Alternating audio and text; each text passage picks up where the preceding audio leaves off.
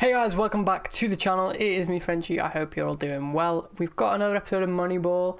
It's a bit of a different one, as we see if you watched last episode on Friday, I believe it was. If you haven't checked the link in the card up above or down in the description to catch that. This one is a transfer special, so something a little bit different. Obviously, as you can probably hear, I'm still a little bit ill, so a nice easy one to get back into things.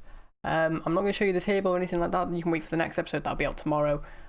But we're going to go ahead and look at transfers because there's been quite a few. And obviously one of the crucial things about this save is Moneyball, the scouting way. The way we sign players is very important.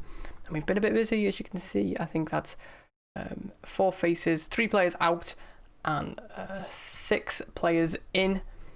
So we're going to head, waste no time and get into who we have brought in and who we have let go. So we'll start then with the outgoings, first of which was Ryan Barnett, who, you know, he was alright. 1 goal, 3 assists in 12 starts. For us, was not particularly special. A really low dribble per game. Shots on target were quite good, 84% tackle pass percentage. Not the worst, but I think for what we needed, an XG of 0.8. Just 2 dribbles in 12 games. A decent amount of headers won, 15 chances created, so you know, just under 1 chance per game is not really what we need from a high flying winger, and I think the person we replaced him with is quite the signing. We also picked up around 27,000 potentially for him, and I think that's a decent enough fee. It gets him off the wage budget as well, freeing up some cash. As you'll know, we are not flush with money at Shrewsbury. Next up then was on deadline day, James Rowland left to Portsmouth. Portsmouth I think they are in the division below. He's currently stuck in the under-23s. And yeah, the division above, sorry. So it looks like he'll be one for their future. Some of you may think, why have I sold him if he's good enough to be a breakthrough prospect at a league above? Obviously, this is about here and now, not about future stars. We are not worried about that. We're worried about signing the best players we can for the now to improve us. I haven't got his stats. He rarely came onto the squad, to be honest. Mostly came off the bench, didn't have a massive impact. You can see 18 games and an average rating of, I believe, it was 6.7 in 9 appearances, so nothing to write home about. He was also quite average last season too. And the final sale was Scott Wootton, who has joined Morecambe in League One as a centre-back. Again, no stats, he didn't play. He's not played for us at all. He was someone who was brought in, I believe he was brought in before I turned up. I don't remember signing him. Did I sign him? Did I sign him and sell him? No, he was brought in in February by the previous manager for 2.5 grand, and we sold him for nothing, so not the end of the world. But time for the players we did sign. So the first one, I haven't got many stats for him. He was just a more emergency cover. We don't have to pay his wages. Loan in, we know a few people know about him. He probably won't really play that much. He's valued at 20k. He played a little bit in the the under-23s for Liverpool, the under-18s, and you can see there 5.5 tackles per game, 80% pass rate, and you know, solid enough. 7.02. He has played 1 game and made a 7.1 off the bench. He'd played about half an hour, but I think that's pretty good for an 18-year-old. But now to the nitty-gritty. So popping up on your screen, then you will see a fancy new graphic for our signing, and the first one is another Liverpool starlet, Paul Glatzel. So as you can see, we've got 2 collection of stats on the screen here. We've got our squad average on the right, so that is for per role, so we're looking at playing him either as a striker or as a winger. I think he'll probably more be the creative member of our strike force. As you can see then, the key attributes I've spotted are the dribbles, 2.9 per game compared to a 0.18 of the average squad, 1.3 chances created per 90 compared to a very, very low squad average, and assists per 90 around the average of the squad. So I think he will be someone who could come into the team, supply some creativity, and maybe gets a few assists. So he has Pogacar has made 1 or 2 starts. He's been okay, nothing to write home about just yet, but he is still young, and I think once he gets himself into the squad, he will certainly kick on. Next up is another Liverpool starlet, one that they signed this year. I'm going to butcher the name, I know, but it is Mateusz Mizlowski. We'll probably call him Matty.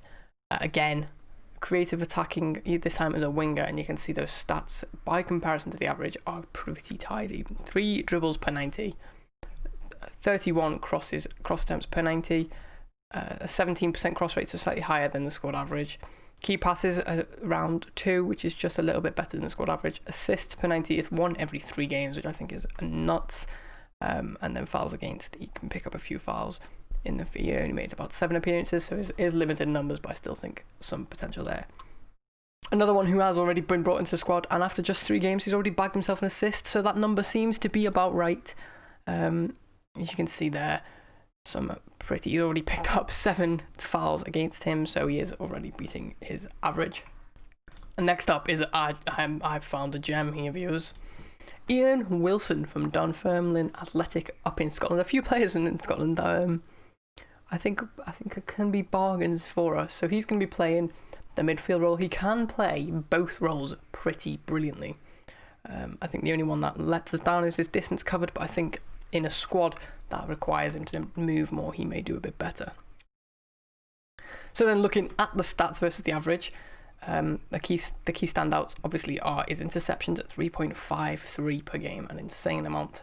He's played over 1,400 minutes, so quite an insane amount when you take that into account. His chances created per 90, 2.4, which is insane again.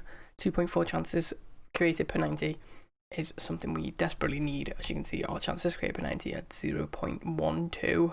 His tackling, he's got a lot of tackles per 90, but his percentage success rate isn't great, so maybe put him in the more advanced role when he does play to make sure that he doesn't lose out, miss time tackles, and eventually cost us by getting beaten too easily. And our penultimate signing is the young Barry Mcguire from Motherwell. I think, again, another great signing in my opinion. Looking at his stats then, you can see quite a few lovely. He's pretty much double on most of the stats per 90, except interceptions he's quite low on, but I think he's very much a traditional style centre-back. Hard tackler, good in the air, as you can see, 6.4 challenges per 90, and winning 87% of his headers, as well as putting in about 6 headers per 90, almost double the squad average. Interceptions then does let him down half of our squad average, but that's no problem. I think he should be okay. Obviously, our fullbacks do contribute a lot to that number. They've got some pretty high interceptions per 90. His tackles over 2.5 times what our squad average is, and his tackle percentage win rate 87%, an exceptional little number from the young Scot. And again, he probably won't start every game. I think he'll probably come in when we're struggling, when our defenders aren't playing well, when they need a bit of a rest. Valued at 80k, we did pick him up for around 26,000, so I think that's quite a bargain. When we look at the other signings as well, just to let you know, the other 3 players that we brought in, Glatzel, Kometio and Mizlowski, all on loan deals, so no cost there, and Barry Mcguire being one of only 2 signings that cost us only at 26,000. Ian Wilson was brought in on a free. But then the final signing, a bit of a strange positional potential really. You can play left midfield, centre attacking mid on the right, and up front where his preferred position is. So we picked him up for just around 25,000 with the potential of rising to 45. I think that was if we win the league, so I don't think we need to worry about that. He's valued at 85k now, so I think quite a bit of a bargain. And as you can see, looking at his career stats, he's been an alright goal scorer at Falkirk in 1920. He got 19 in 26 last year at Dunfermline. He got 11 in 44 in the league, so a pretty decent season. Right in his peak, 27 years old. I think he can definitely be one to notch in the goals. And looking at his statistics then, as you can see, almost all of his stats are higher than our current lineups. The only one that we don't have a number for is assists per 90. He didn't pick up a lot of assists, but that is not a worry. And then fouls against are lower, but that is again not a problem. I think he definitely can provide us with a lot of goals if he kicks on. Obviously, he's kind of in his peak, so we are very much hoping. I think the ones that stand up as a much higher headed win percentage than our team, more headers 1 per 90 than our team, as well as quite a better shot on target and shot per 90 ratio. So I think he can definitely bring us some goals. So then, I hope you enjoyed this little mini transfer special. There will be another video going out tomorrow where we will bring you the next games. As you would have seen last time, the Oxford Tranmere game will cover in the next episode what happened between then and now, as well as our games going forward. But other than that then, I hope you have a wonderful day. Don't forget to hit that like button, subscribe, click the notification bell so you get notified when new videos go live every day at 4 PM. Keeping your eyes peeled on the Twitter, especially this week, as there's an announcement coming about my Creative Club save, as well as a new video maybe on Saturday. Saturday upload, how exciting. But other than that, I hope you have a wonderful day, and I will see you next time.